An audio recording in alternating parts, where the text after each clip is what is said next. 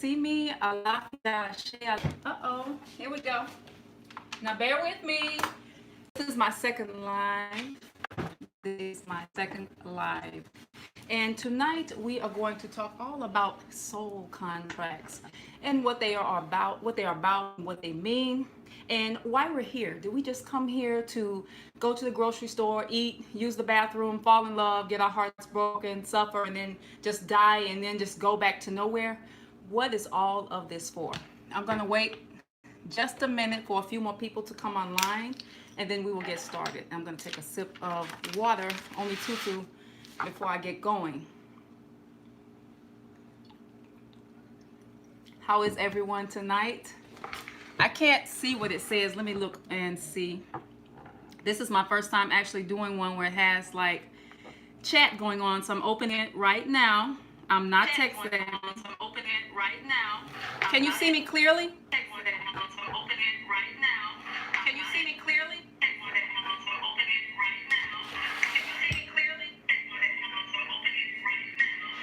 Hi, Trinette. Hi, Nara. Hi, Trinette. Hi, Higher Vibrations. Peace and love. Peace and love. Hi, Higher Vibrations. Well, I have some news for you if you all don't know already. I have been crowned Oshun and Yemoja in the Isheshe tradition of the Orisha tradition. I did not do Lukumi, and I've done my Iyawo period, which actually you stop being an Iyawo, and I'll tell you what that is in a minute. We stop after we come off of the mat, but we have a 3-month time period. So I have permission from my Orishas and my elders to speak tonight. I have permission from Ifa. I don't have to wear all white, but I still do because that's what a new initiate wears. I'm not ready for godchildren or anything like that. I'm just still learning, and I'm teaching from what I know based on hoodoo tradition, ancestral work, spirit guide work, or rework, and remembering our soul's purpose, which we are going to talk about tonight. So, why all of the heartache? Why dysfunctional parents? Why siblings we just can't get along with? Why all of the betrayal, all of the setbacks, the bad luck, the potholes in the road? Why do we get lost? Why do we come down here and do all of this? What is this all about? Do we just die? Do we go to heaven? Where do we go? What are we? Are we just flesh and bones? Well, we're going to talk about that tonight. If any of you know anything about science, you know that energy does not die. It simply goes somewhere else. Like when you have a copper wire and there's electricity going through a building, the building might wear down, but that electricity, or the copper, whatever it is, it might wear down, but that electricity, it never fails. It never dies. I'm going to tone down my incense over here. It never dies.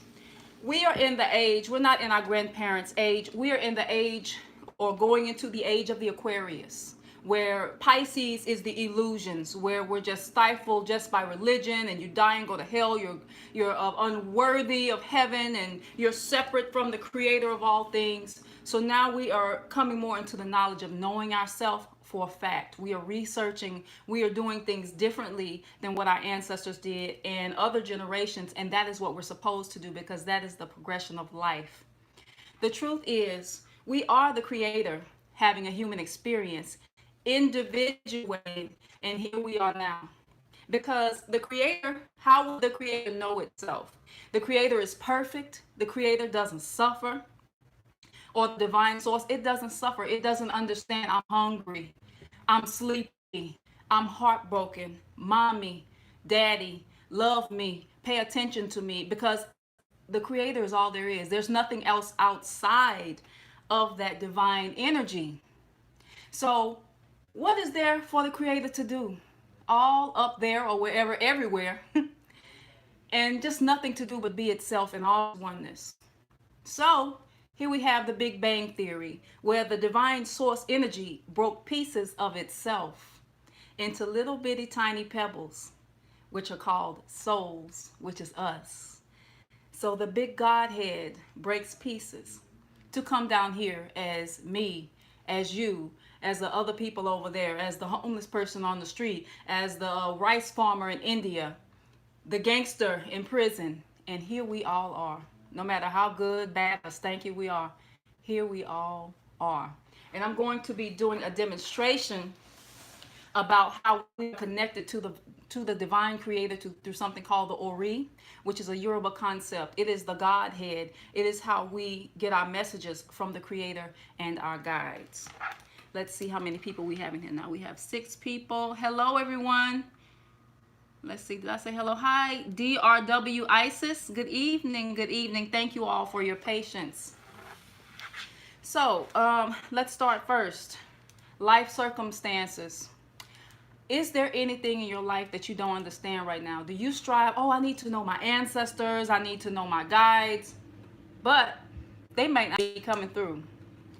I need to know why this happened to me. Why are they not coming through? Because they might be backing up so that you can remember yourself. What does dismember mean? It means to take apart something, to disassemble something, but to remember is to put the pieces back together again. So as you remember who you are, and what your purpose is, you will begin to hear your ancestors more clearly as you go about. And you will understand that that betrayal, that dysfunctional parent, that relationship that didn't last, that lover that ghosted you, whatever it is, everything has its purpose. Perhaps it is a family member that died at a young age and left. Why do babies die so young? Why do babies die so tragically? Why unexplained deaths? Well, we're going to talk all about that tonight. I hope you have a pen and pad. If not, you can go back and replay this video. Hi, I am the magician. Good evening. Am I coming through clearly? Somebody let me know. Once again, give me a 1 if you see me clearly. It looks blurry on my end. I pray it doesn't come out blurry. Let's see. So none of this is proven by empirical evidence. You don't have to believe in this at all. It doesn't really make a difference. This is, you can consider it entertainment if you like, because there are certain psychologists such as Dr. Michael Newton, who wrote a book called Journey of Souls. And he was a regular psychologist. He was not planning on doing a past life regression on somebody, but he put them in a hypnosis state and they started going back into a past life. And so as they did that, not only were they talking about their past life, they were describing how they died, how their spirit hovered over their body, watching themselves pass away, watching their family mourn, watching their own funeral. They were describing the whole thing. So when I read this book, once again, it's called Journey of Souls by Michael Newton. It intrigued me so much because I always had an itching feeling more than anything else to learn about past life regression, especially doing spirit guide work, because it made me understand that there really is no death. You know, when people get readings and they're flipping tarot cards and things like that, do you ever wonder who's helping the medium answer the question, or who is giving the medium the visions that they get? Do they just come out of the ether from somewhere in the great yonder? Well, that's spirit guide type of work. So we're going to talk about that too. So on my journey, I have done past life regression with a lady named Melanie Harrell. She is a hypnotist in Houston. I hope I said that right. And I've gone to a few sessions with her. I've gone to group sessions. I have also gone to personal sessions, and I discovered a lot of things about myself. I discovered my past name. Now keep in mind, you have many different past lives. So it was revealed to me my past name, how I died, and it was also revealed to me that the people who are in your life right now, it's like switching roles. Your mother in a past life could have been your cousin. Or either you could have been the mother last time and vice versa, the roles switch. So as I went through this session, I was skeptical. I was like, oh, if this is going to be like a reading. No. I went through the session. She put me through a hypnotic meditation, and I was telling her what I saw. And she was asking me, what do you see? Who are you? Look at the bottom of your feet. Tell me where you are. What type of setting are you in? This all helped explain to me, my battery was going on. This also helped explain to me why I had such an attraction for the culture that I was in, which was Sudanese culture. I love Sudanese music. So it intrigued me. I kept going. I saw myself as other characters, and it made me realize, you know how Denzel Washington does a movie. In Training Day, he was one character. In Malcolm X, he was Malcolm X. He could have died in the movie, and now he comes in a different movie, but it's still Denzel. You get what I'm saying? That's us. So what I'm saying is, we're like actors. This here is just our suit, our acting suit in this lifetime. This is what gets us through. This is our meat suit, our vehicle for an incarnation. So when this character dies off, she might come back as something else or someone else. She might come back as a he if she chooses to learn a lesson through the body of a man, vice versa. No, no, no. I love being a woman, let me clarify. But what I'm saying is the roles can switch. Say, for instance, if you had an abusive mother in a past life, you might come back and not necessarily abuse that mother if she comes back as your child, but that soul is going to have to learn those lessons. And guess what? A lot of times, a lot of things are supposedly pre-planned. In Yoruba cosmology, we call reincarnation Atunwa, Atunwa, and that is all about the soul returning to itself, spiraling, because everything spirals in the creation, in the universe. A human body is finite. It can only last so long. It's going to wear out. It's going to get gray hairs, no matter if it lives to be 100 years old. We have so much to do in the grand scheme of remembering that we are the Most High Creator, having a soul experience, that we can't do it all in one body. Say, for instance, I'm writing with this marker. Eventually, if I take the top off of this marker, the ink is going to dry out. So what do I have to do? I have to go get another blue marker and start over again. So that's the same thing with our bodies. We use this for a limited, finite amount of time, but we're not done. We still have something we need to write down. We need to scribble something else, so we get a new marker. So if we're not done learning a lesson, or maybe we missed an opportunity, maybe we didn't go to the college we wanted to go to, maybe we passed up the love of our life, whatever it is, maybe if we didn't get to experience that, we come back the next time and we do it over again with a new marker, a new body, to make our mark. So as we go deeper, we will talk about signing that contract. In Yoruba cosmology, destiny is the concept is Ayanmo Ipin and Ajalamo Pin. Ajalamo Pin is kind of like the Akashic library where souls go to greet the Orisha of destiny named Orumila, who is the witness of fate. And Orumila is the one that remembers what we chose.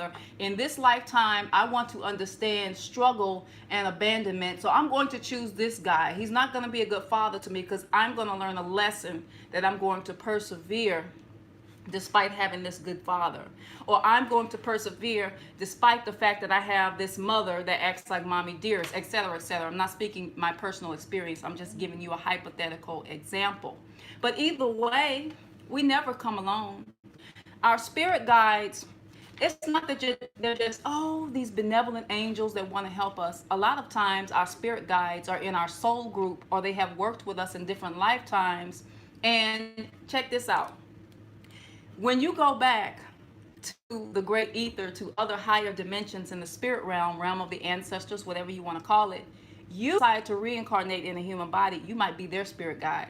Because it's like, say for instance, if you are if you're doing a group project or something and you need your team behind you, they're in the audience, so they're watching, right? Like, say for instance, you're on American Idol and you're singing, and the audience, they're calling in, they're helping you, they're giving you tips on how to win. That would be your spirit guide group. Because if you win, they elevate. Because if you want to look at souls, we are like a cluster of light. We're like cells, and there are a cluster of us. So sometimes some of our mates come to heaven, that's called Egbe, and some of them stay, sometimes our mates come to earth with us, our soulmates, our karmics, our twin flame, that one soul that shares a soul with us. Sometimes they incarnate with us, and sometimes they stay back in heaven, if you want to call it heaven, and they watch, observe. That is why it behooves them to help us. We think, yes, we should honor them and respect them, or if you want to look at it, we are interdependent. We need each other. Because if we sink, then their mission sinks, because they're going to have to probably come back and pick up the slack for us, if you understand what I mean. I will answer questions in just a minute. I will, how do we contact our spirit guide? Hi, Lady K. Okay, I will answer questions towards the end. I hope you can see me. Hi, Shauna, Caramel Leo. Okay, so our spirit guides can take turns observing us. Our ancestors can take turns observing us. And check this out. All of our ancestors don't always like us. You can have an ancestor that betrayed you in a past life, or you betrayed them, and they didn't forget, because when they go back over there, they remember what you did, and they might work against you. That's why it's also important. A lot of spiritists and spiritistas will say, not all of your ancestors might want to go on the altar. That's why you have to be very careful who you work with, because just because a soul goes back to the spirit realm doesn't mean that they immediately elevate back. There's also another realm in between the realm of the ancestors where spirits don't want to elevate and they stay stuck. This is your ghost. This is of some of your demonic type of energy, or people who could not shake demons in this lifetime and they made pacts with darker type of energies. And they're still trying to elevate, even if they don't want to change. So they stay in that realm and they mess with the living. They are the spirits that interfere with tarot cards when you're doing tarot cards too late at night, the Ouija boards. That's why you want to be careful exactly who you're talking to, because you might get a bad reception. So why is it that when your beloved passes away, someone that you love very much, it's like they may not come to you in a dream immediately, they may not talk to you, they may not come through in a reading? A lot of times we are vibrating so low that we can't see them. It's like having a bad internet connection. It's like the modem is just moving too slow because our vibration is slow. They vibrate so fast that we can't see them. It's like they're a ball of light. So when you can see them clearly, you can usually see them in your dreams or through certain symbols in your mind's eye. But when you can see ones like standing in front of you almost like a ghost, that's probably an entity that's trapped between worlds. And I will draw you a ladder in just a minute to describe what I am speaking about. Let's see, I want to stay on track here. Yeah, so where do miracles come from? Where do dreams come from? Where do signs and numbers, 1111, 44, and all of these different numbers, they come from our spirit guides. That's their cue to give us messages in this life to pick up on, even if you're not intuitive or anything like that, because everyone has spiritual gifts, because we are all tuned in to the great I am. We are a piece of it. We just have different gifts. Somebody might be clairsentient, which is the ability to touch an object and to pick up a psychic impression from it. I don't even like that word psychic. Of clairaudient, where you can hear messages from spirit through your inner ear. You might be clairvoyant, where you can see them in your mind's eye, and so many other ways that you can see or feel spirit. Some people can even taste or smell their perfumes or their fragrances, which give them their clue that their spirit guide and their soul group is nearby. And in just a minute, we're going to talk about our living soul group as well. Let's see.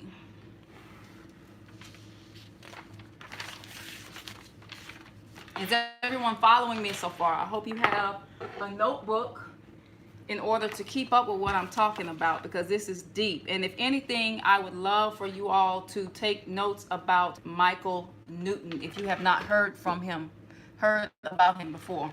Also, Brian Weiss. I'm more of a Michael Newton than Brian Weiss too. He has a book called, what is it, Many Lives, Many Masters, or something like that. The last name is spelled W-E-I-S-S. Now, a lot of people of melanated skin, they're like, oh, I don't want to go look in the books of the Anglo-Saxons and all these different type of Caucasian people and the Caucasoids and this and that. But you're going to miss some good information doing that, because that's who talks about this. I was looking to see if anyone else was doing these type of videos of our persuasion, and there's hardly any videos like that. And this is not just for us per se, because who is us, right? What I'm saying is, you might want to look at different type of books besides what you're used to looking to. You may want to venture outside your comfort zone if you really want to dig into this work. Because Yoruba cosmology speaks of this, but they don't explain it in the form of reincarnation, past life regression, all of these type of things, because all of that's Ori work. That's remembering your soul and why you came here. So I'm going to do a demonstration really quick. Pull out my big board. Take a sip of my sparkling water. And here we go.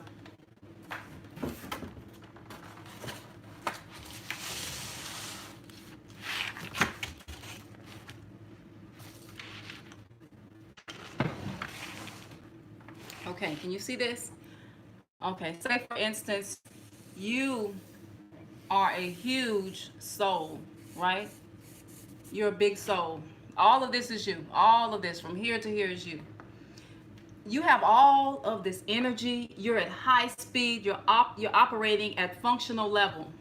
So you're in the highest ether, in the higher dimensions. You are a piece of the creator, and this is you. This is a little part of your soul that is of the great all there is.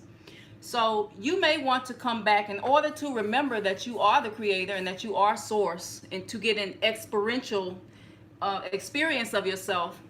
You break yourself into pieces. I want to come back as Donna this time.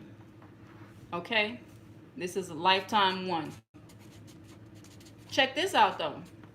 Did you know you can break your soul off into many pieces and have different carnations going on at different times in different existences? See, I'm going deep. It's going to get to sounding crazy.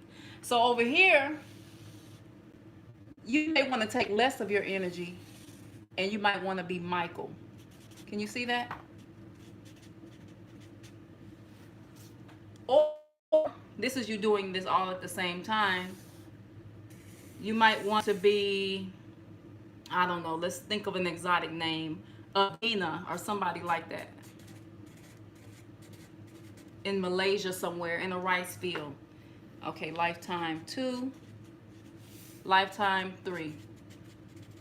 Abina wants to experience poverty and working hard, you know, through the works of her hand, but having happiness regardless and knowing herself regardless of the fact. Because up here, you are wealthy, you are abundant, you are all there is. You have no competition. So in order to experience what you are, you have to experience what you are not. And that's poor. Donna might have self-esteem issues in her whole life. She may have had parents who are abusive to her, talked to her crazy. She may have had lovers who treated her like dog crap, and has experienced a life of rejection in lifetime 1 over here. So up here, Donna doesn't have any self-esteem issues. She knows exactly who she is.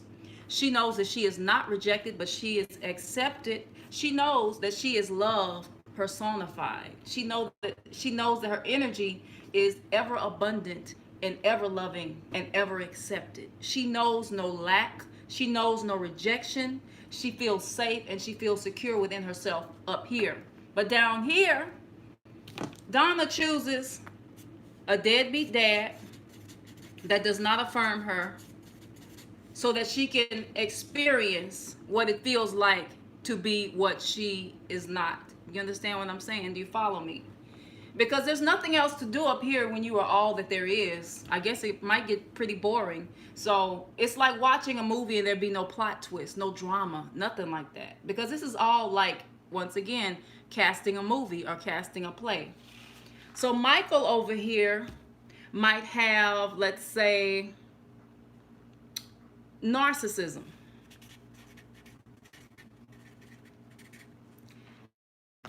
He might be so sure of himself. He has no confidence issues. He has brought all his confidence with him, but he takes confidence to abuse people down here. He abuses his power.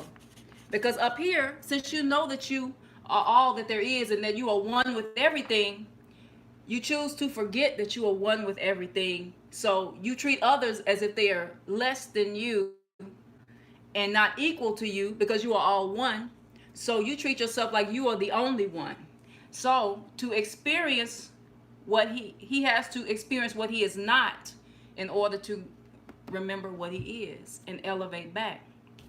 Now, this might be so traumatic. Anything happening in these lifetimes, they might have to reincarnate to get back to this point. So say for instance, Donna dies of an abusive relationship. Terrible tragedies, but this is just an extreme example. So she doesn't get to complete her life's purpose, or maybe she does. She's not quite through learning those lessons on self-esteem and self-love. So she comes back again as Susan. But check it out. She learned some lessons down here in lifetime one. So when she dies and she reincarnates in a new body, see, there's less energy because you don't bring all your energy with you. Everything is here. This is all your great energy where you're operating at full function. So this time she has better parents. She doesn't want to go through that experience of having abusive parents again. But she still might have certain issues dealing with rejection that she carried over from her past lives. Because see, here in this in-between area, she goes back to the realm of the ancestors to take a break. But now she is reincarnated back into a human body. So she learns the lessons and she elevates. Now, as Susan, she comes back as Brittany to teach people the art of self-esteem. I know that this writing is small, and self-love, because she has mastered the lessons from here and from here. It took her a couple of lifetimes or so, or many lifetimes, but every time she dies and comes back, reincarnates, she's a little better than she was before. And as she gets better, she goes higher within herself to the crown chakra, which is this, which is all there is. You understand what I'm saying? Another example of this is,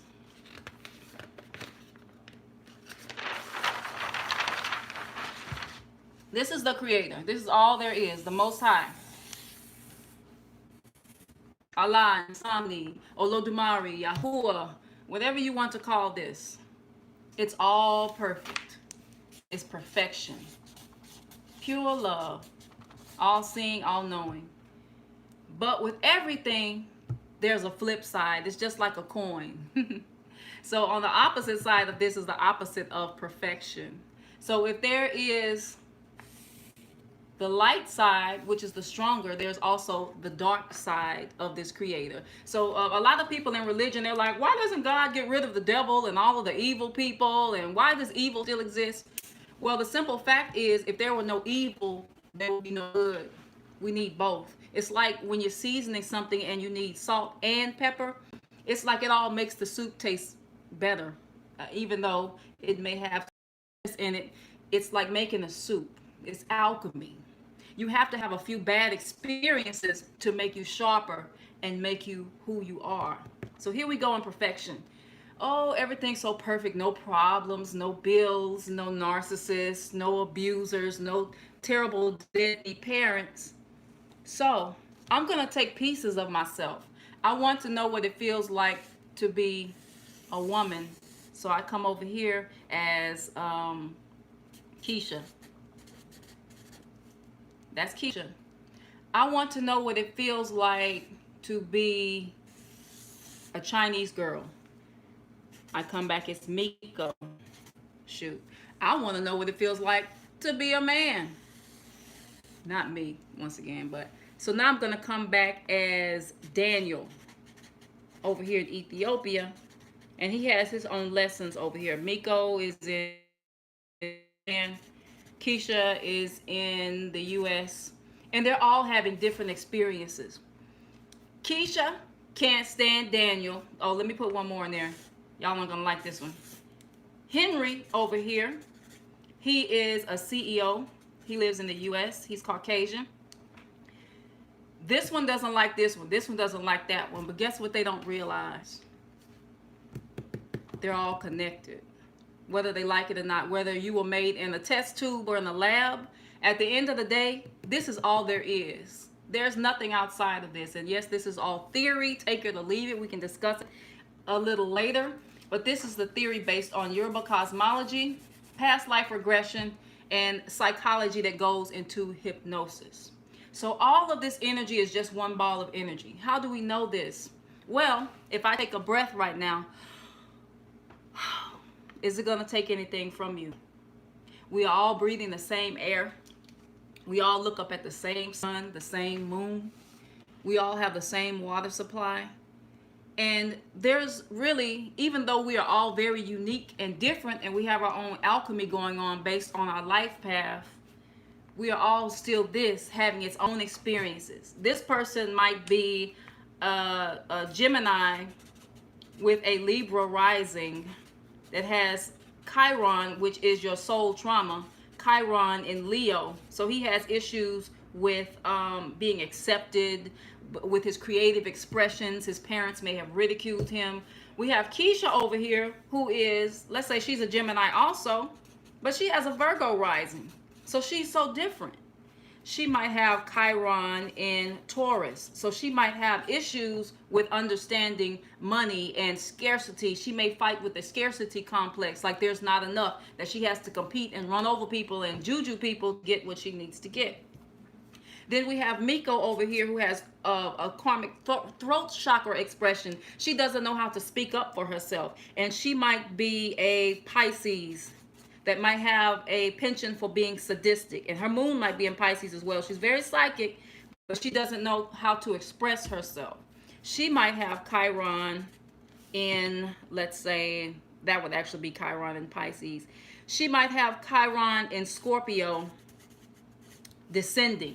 So she has a problem with being dominated and speaking up for herself, taking what's hers. And Daniel over here, he might have an issue with being prejudiced, being abusive to his wife.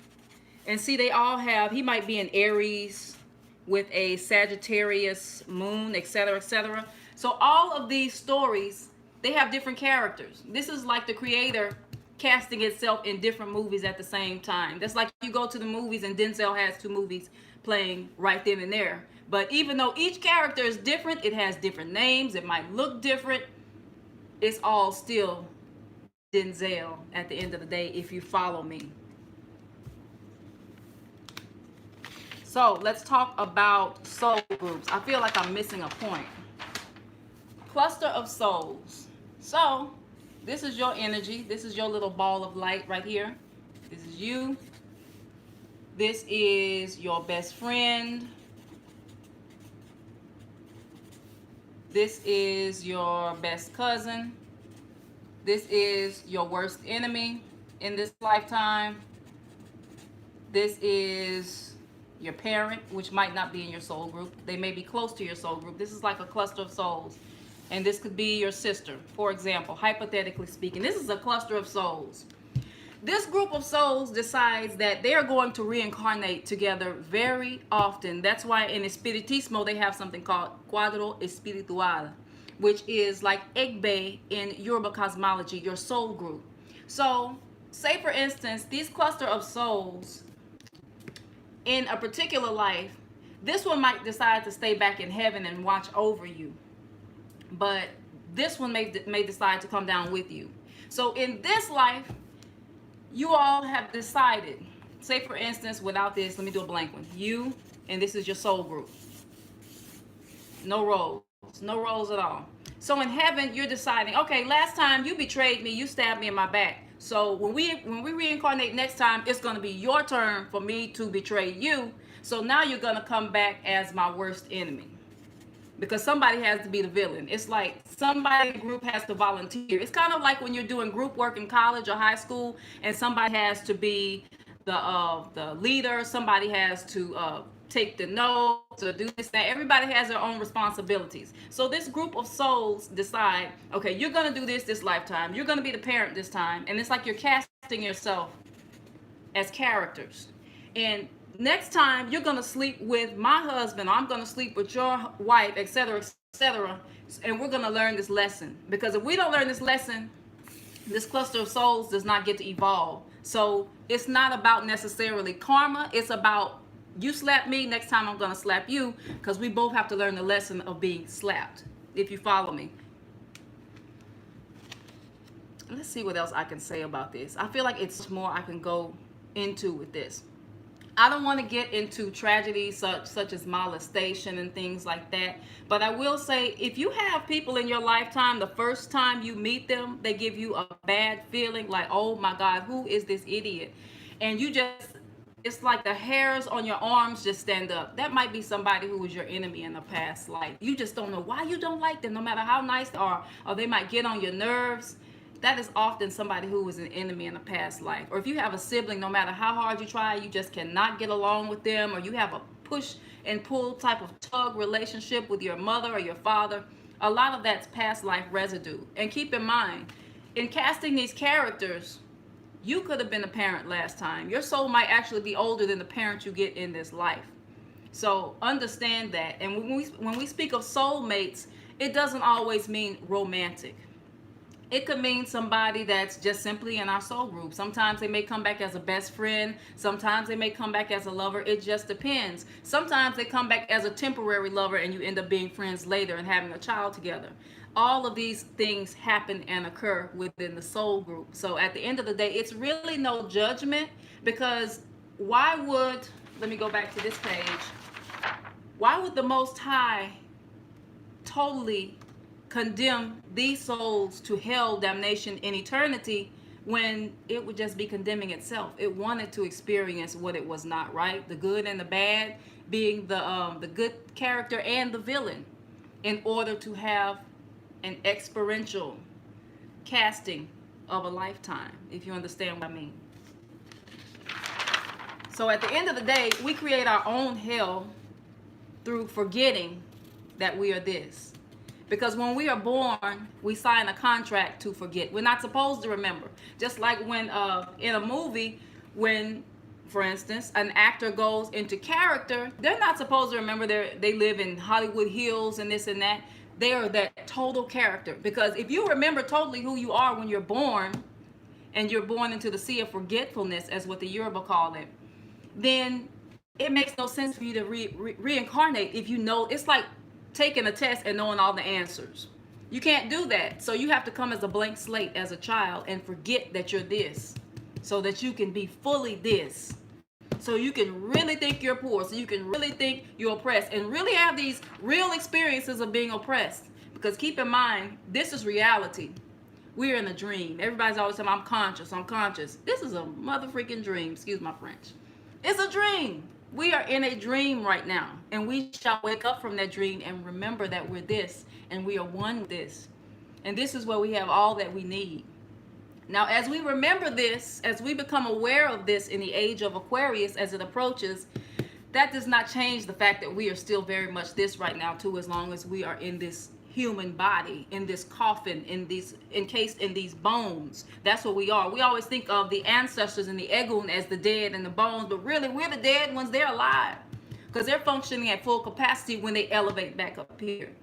But keep in mind, when they go back, they don't immediately just go back from this experience and then jump here. They have to work their way back up just like us. And by helping us, enlisting their help, they get to go a level higher. So let's look at the ladder so I can help you see how ghosts operate in theory. Take this as entertainment. If you don't believe it, it's okay to be skeptical. This is just simply going to be a discussion. Just like the human body has a head, it has feet. So when you come into a human body, it's like you become the feet of the Creator. You never become separate from it. You are always a part of that God body, if you want to use the word God. I'm only using it in a generic term. Divine source. You are never separate from that divine source in spirit body. Even though you're in a human body and it might feel like you're separate, you are still so much it, very much. So let's look at this like a ladder. A ladder of souls. I hope you can see from top to bottom. I'll just start from here. Okay. Bottom level. This will be humans, plant life, animal life, all things on Earth and other planets, if you believe in that. I also have another recommended book. I know I'm all over the place. Conversations with God by Neale Walsh, book 1 through 3. It will change your life. Humans. This is one step on the ladder. Ancestors. See, they're a little higher than us, but they're closer to the ground. This is elevated spirit guides. Because some spirit guides are down here. Some spirit guides are down here with us having the human experience of spirit guides that were mortal in one lifetime. Then we have your angelic forces such as Orisha, what do you call it in Hinduism, like Lakshmi, those type of energies, Ganesha, all of those, Krishna. You have your angelic beings. Now, and I put Orisha. And then up here we have like the higher spirits that are even higher than the Orisha. Give me just one second. I guess we could call them Irumole, or the same thing, higher spirits. And then the Most High Creator of all things, Most High, all that there is, the great I Am. What makes the angels and the Orishas better than us? What makes the ancestors and spirit guides better than us, inferior to us? You want to know? Only that they have elevated closer back up the ladder than us. Because one day we have to go back up that ladder. Pardon me, I'm shaking things around. Yes, like Shango. Hello, of loving, joyful expression. Okay, I'm trying to make sure I have everything together over here. Okay.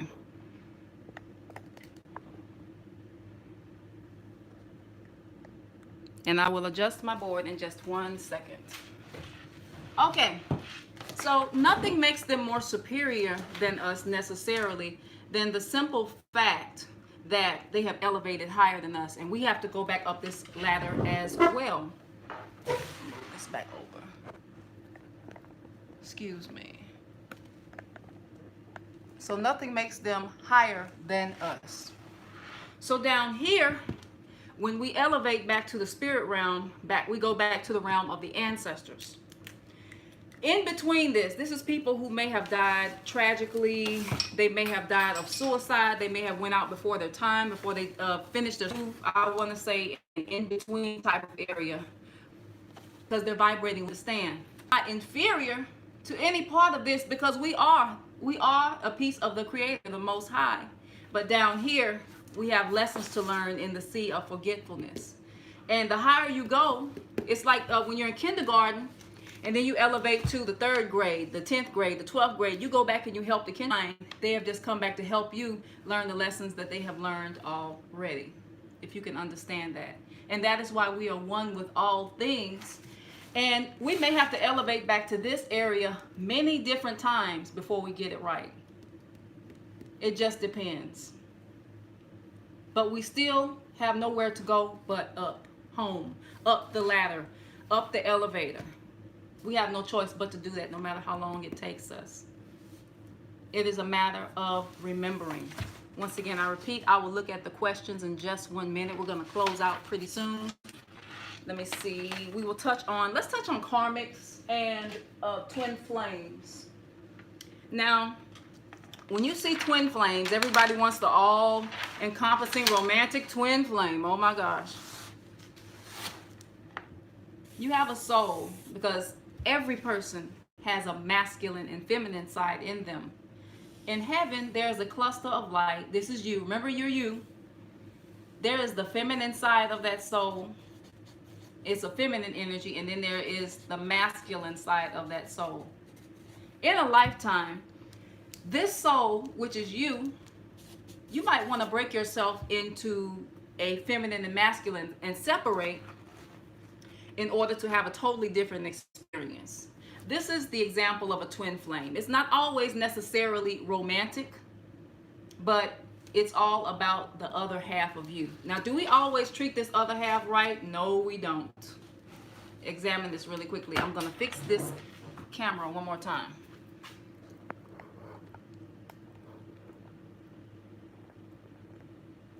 Okay. So, you are you. You split into pieces. This is you. This is still you, but it's your twin flame. Your twin flame. Now keep in mind, when you split, you may have had different relationships in different lifetimes with other people who are not your twin flame. These are called karmics. Karmics are people who help us learn. Because imagine being in school and you're with your best friend and you're playing, you're getting in trouble, you're talking, you're messing with the teacher. So the teacher says, I'm going to split you so that you can learn, because you did not come here just to play. You came here to learn. Y'all can play at recess, which is playing back in the spirit realm. So you split yourself. You have different relationships with different people. You might get married to somebody, and you may have done this throughout lifetimes. So you have these soul ties with other people who are not the other half of yourself, the split part of yourself, and now you have soul baggage. And karmics are soul baggage. That's the baggage that weighs us down. So often when we get in love triangles, it's usually a karmic come knocking because they're not done. We're not done learning lessons from them. So you might betray your twin flame for a karmic, and vice versa. Your twin, etc. Your karmic might betray you, etc., etc. So you will have many different karmics, many different loves through many different lifetimes to come back and learn lessons through. Because remember, you are you. Y'all are too much alike. Y'all are twins. Y'all are too much alike to just teach each other. So you have to break apart and have other people to where you learn your lessons so you can elevate. Because if you just stick with each other, there's nothing to elevate to back up that ladder. How are you going to get back up the ladder if you're comfortable and content with all that you are? It has to be, remember, you can't have salt without the pepper. So you have to have the pepper that comes in the form of karmics and life lessons and people that ghost you or do terrible things to you in order to elevate back up. Because it takes bad experiences and challenges for the soul to elevate and grow and remember itself. Because up there is no suffering. In the great all that there is, the great I am land, there is no tragedy, there is no rape, there is no trauma, there is no baby mamas, baby daddies. So in order to learn those lessons, the twin flame has to split to learn it through other souls that have split with their twin flame to you. Because it's like a group exercise. Everybody has to take turns. You might have a twin in real life, and the teacher might say, okay, you go to group A, you go to group B. And group A and group B learns very differently, but they come out with different results. And at the end of the day, they all come back together, if you understand what I mean. Karmics can be your mother. Karmics can be your father. They can be your sister. They can be an enemy. They could be a bully. Anybody, it could be someone who's a mentor that makes a difference in your life. Karmics don't always have to make a negative impact in your life. They can make a positive impact. They can teach you something and then maybe pass away, but they made a difference in your life. That is also what karmics do as well. You know how they say people come in your life always for a reason, but only for a season? Those are usually your karmics. Sometimes twin flames don't stay as well. But keep this in mind. You may not even marry your twin flame in this lifetime. It often doesn't happen. You may marry a karmic, or you may marry somebody who's a life partner who becomes a karmic to teach you lessons, to teach you the principles of peace and how to treat people, and vice versa. Maybe you're teaching them, because once again, all the soul wants to do is elevate back home, back to perfection. It had an experience. I came, I saw, I went, I'm back here. So in order to get back there, because that's what we all long for, is to go higher. Nothing is ever enough, because we always want more, because the soul wants to expand. We have to have those pepper experiences in our salt to get back to here. So there is no damnation in that we bump our heads. Sometimes, for instance, another thing too in relationships, why relationships end with karmics and even twin flames. Say, for instance, you and your twin flame have agreed in this life that you all are not going to be together long. Maybe this twin flame passes away early. He's like, okay, back in heaven, okay, I'm going to die when I'm 25 years old, right when I was going to propose to you and marry you. So she's shocked down here in her human experience because her twin flame passes away and leaves her. Does she just not go on with her life? Or does she find a karmic to connect to that takes the place of the twin flame to teach her lessons? See, sometimes we agree upon all of this in heaven. And in the Yoruba cosmology, they also have the concept of abiku, which is a child that is born to die. Like when some children, they come here and they pass away. A lot of times they didn't want to come anyway, so they hurry up and find an excuse to go back. This doesn't explain all the time, but there are souls that are born just to pass away. That's what they wanted to do. That's what their soul chose to do before they even got here, to teach a lesson to that parent as well, and vice versa. Check my notes again. So our suffering is not just for the sake of suffering. Everything has its meaning. Everything has a purpose. Everything has its fiber in creating who we are in order to elevate back. And we go back with all of these experiences. So, say for instance, you as a soul in heaven, you agreed to be a scientist, right? And you're supposed to live in New Jersey. You're supposed to marry Susie, have 2 children. You choose to die at 53 years old of a heart attack. But you go off and either you meet your twin flame or you fall in love with a karmic, and you let this person take you off the path. See, you were supposed to be going north. This is north, south, and then east and west. So you meet somebody down here because you get lost. You forget that you were supposed to be a scientist born in New Jersey. You're supposed to marry Susie. So you meet Susie, you dump her for Sally, and you end up going west. And so now nothing is going right for you in life. Why is your luck so bad? Why are you so, why are things not working out? Why? Because you were supposed to go north. You signed a contract to go north, but you're going west.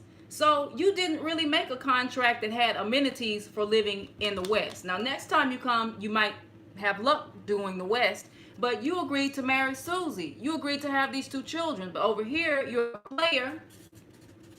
You don't want children because we have free will. We don't have to keep up with our soul's contract.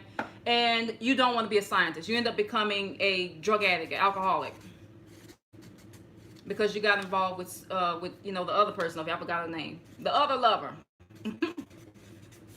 Okay, so since you went west, nothing is right. No matter how much law of attraction you're doing, no matter how much manifestation, you're miserable. Every day you wake up, you just want it to be over with. That's because you went the wrong direction. In Yoruba cosmology, we have the concept of Eshu, the Orisha, the door opener that lives at the crossroads, north, south, east, west. He stands at the spiritual crossroads in the very center of it, and he reminds us, hey, you're supposed to go north, and he will trick us, bump us upside the head, give us streaks of bad luck because we chose to go with the different partner than we're supposed to go with, and we did not fulfill our destiny. So say this person over here who was supposed to be a scientist, he dies earlier than 53 years old. He dies at, let's say, 36. He has missed his bus in this lifetime. So next time he has to come back, he goes back to the spirit realm, and they're like, oh man, you bummed that really bad. You were supposed to go north. We kept giving you clues. The spirit guys talking when they get back to the spirit realm. We gave you all these clues. We showed you, man, you weren't listening. You were hard-headed. You were stubborn. So now you got to come back and do it again. You got to meet Susie again. She may be Andrea next time. But you have to do all of this again because you went west. So this is also a clue too. When things touch your head and say, Ori mi beg me, Ori mi lami. Ori is your supporter before your ancestors and your deities. Ask your head, which direction am I supposed to go in life? What feels right for me? What's not working? Why does it seem that my roads are closed? This might be a clue as to why right here. Keep that in mind. Keep that in mind. So let's see what else we have here. I was trying to position the camera. I didn't want y'all to see my Orishas up there at the top. Excuse me. I'm going to have to move that. Soul's mission. Ori like a movie. Low vibe. Another reason too we might get lost on our path is to the following. You may not be able to see this. Blocked pineal gland.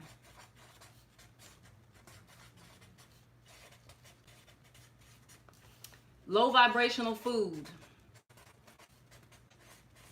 The chemtrails in the air in our time period. Relationships, toxic relationships with the wrong people. And you feel disconnected from yourself. Because keep in mind, remember I told you that we are always connected to the divine source of all that there is. This is the great divine source, the great I am. We are a piece of that. So we break off. This is our little soul right here that is still connected. But when we come to earth, this is us in heaven, our higher self.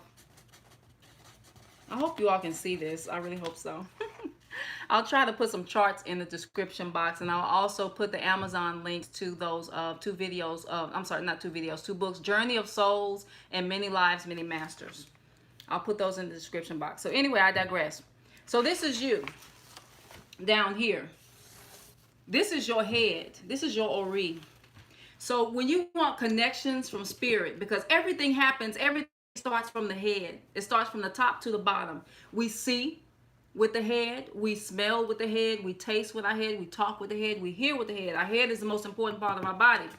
If we were decapitated, we could not get a head transplant. There's no more head. If your head is gone, you're gone. You can get a heart transplant, organ transplant, but no more head. You have to come back. So this head, because they say when you pass away, and even in my own testament to past life regression, when you die, you go out the top of your head, the very, very top, the apex of your head, and you shoot, your soul shoots right at the top of your head. You know, when a baby is born, it has that soft spot. That's that's where the soul enters and exits. That's your exit point. So with that exit point right there on the top of your head, you're always connected to this. This is always your connection to divine source. So when you get lost, you always have that Wi-Fi connection to the all that there is. That's how you can hear your spirit guides and your ancestors. And when you feel disconnected and you're low vibing, check your diet, check your food. Also depression too. Like say for instance, if a family member passes away, we can become so mournful and depressed that we can't hear them because we're vibrating so low. So it's like we have a weak connection when that happens. It's not that they aren't there. It's just that our connection is weak sometimes, or we're not in touch, or they might be backing up, learning their own soul's experiences, or allowing us to learn, because to talk to us would be like giving the answers to the questions. So this is to remind you that you are always connected to this. You're never disconnected. Even when you feel alone, you are never alone. Just remember, whenever you feel alone, somewhere in the ether, you are connected to a cluster of souls. Somewhere, even if it feels like there's no support, because remember, loneliness, there's always companionship. So to experience what it is, it has to come down here to experience what it's not. So if you're lonely, just remember who you are and where you're from, and that you have an origin, and that you have an identity, and that you have a home, and you have a cluster of souls that are always with you. You are never, ever, ever alone. And we're going to close out soon. I'm going to start looking at questions. That's pretty much it. I said a mouthful. I really want some water at this point. Remember, you have free will. You don't have to go the path that you chose to go. You can break soul contracts. Also, there's a concept called spirit husbands too, and spirit wives, but that's a whole different video. I'm not going to even talk about that tonight. But you can't do it all alone. You can't reincarnate and play this character that you're playing all by yourself. That's why you have your guides and your soul group to help you. Somewhere in existence is a cluster of souls that you are still connected to, just like how cells, they gather in clusters. So I digress. You can't do it all in one lifetime.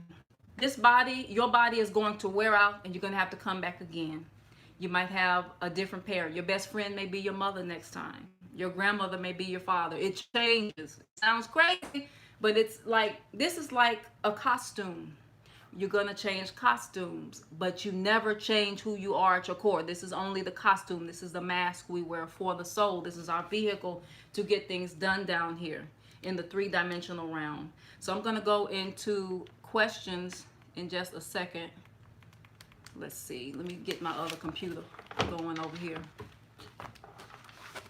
And also, if you would like to learn more or you feel lost on your path, please get a copy of my book, Ori Finding Your Purpose Workbook.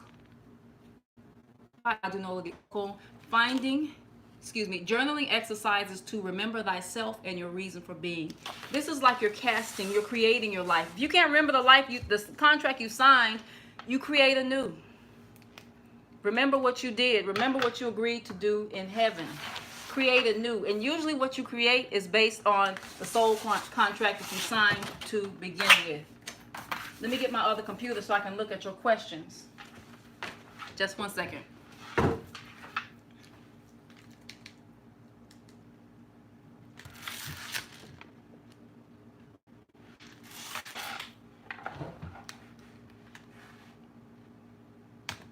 How is everyone doing? Talk to me in the chat.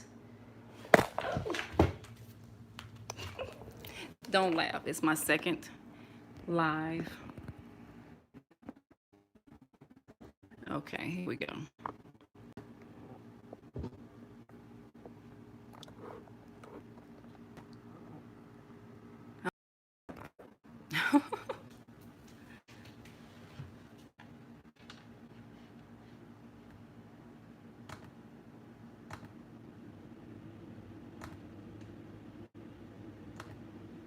Just one second.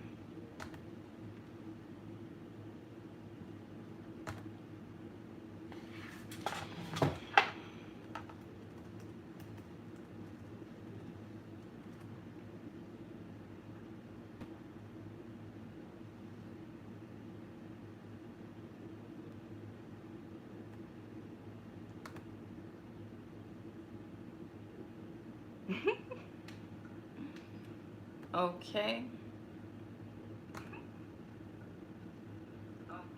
Finally, I can see. Oh, wow. Okay, I am the magician, Lady K. Loving Joyful Expression. How are you? K Cole Allure. Stephanie Oworu. Thank you all for joining me. And thank you all for watching my little bloopers. My camera fell.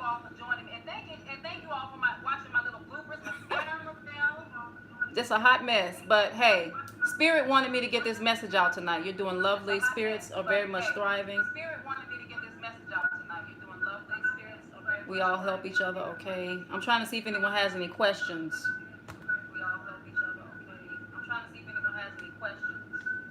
Okay, does anyone else have any questions before I close out?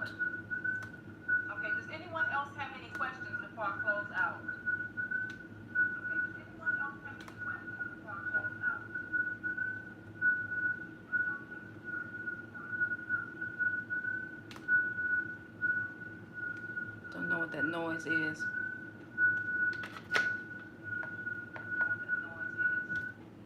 Okay. Thank you. Okay. I just muted it. Okay, let me write this down. Michael Newton, Journey of Souls. You can get that online. It's very difficult to find at your regular bookstore. And it's all about past life regression. And then Brian Weiss, I think it's Many Lives, Many Masters. I'm going to have to come back and tell you all about my past life regression. I'm not going to do it tonight. Many Lives, Many Masters. Let's see who else. Uh-oh. I made a boo-boo. Oh, well. Melanie Harrell. She is a hypnotist that did my past life regression. And she has done it so many times. And she is, oh my God, she's awesome. I highly recommend someone come see her. She is in Houston, Texas. And I will give a list of other ones that are good too. Hypnotists that do past life regression, because they have to specialize in it. They're usually psychologists. You created an altar, but they don't communicate. Lady K, I would suggest fasting. I would also suggest doing your Ori work, doing your soul work, remembering what you're here for. I'm sure you probably already know your mission, but becoming in touch. I know it sounds cliche, but becoming in touch with your higher self and why you decided to come here. That is what I highly suggest that you do in order to connect with your guides, because sometimes they back up so that we can rediscover who we are. Our soulmates come from the soul cluster you were speaking of. Yes, they usually do. Tony Puccio, pardon me. How you doing, Tony? Yes, usually our soulmates come from the cluster that we belong to, or they're in a cluster close to us. Tony. I created an altar, but they don't communicate with me. Okay, so if there are no more questions, I will check the comment box.